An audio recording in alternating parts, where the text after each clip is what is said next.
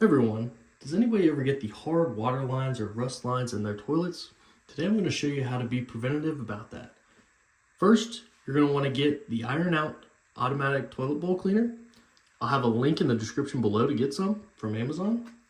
But this is just a preventative. It lasts up to 45 days and this will keep your toilet bowl without having those orange marks or anything like that. So first, you want to grab your package, open it up. Grab out one of the pucks in it, and then we can set that to the side. We can close the toilet, and we want to take off this back lid right here. So we can remove that.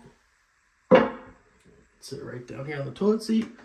Next, you want to grab your puck and place it in the toilet.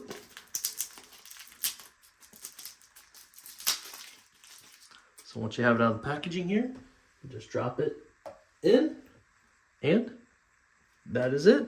We'll place the top on it, and you're good to go. If you thought this video was useful, please leave a thumbs up. Thank you.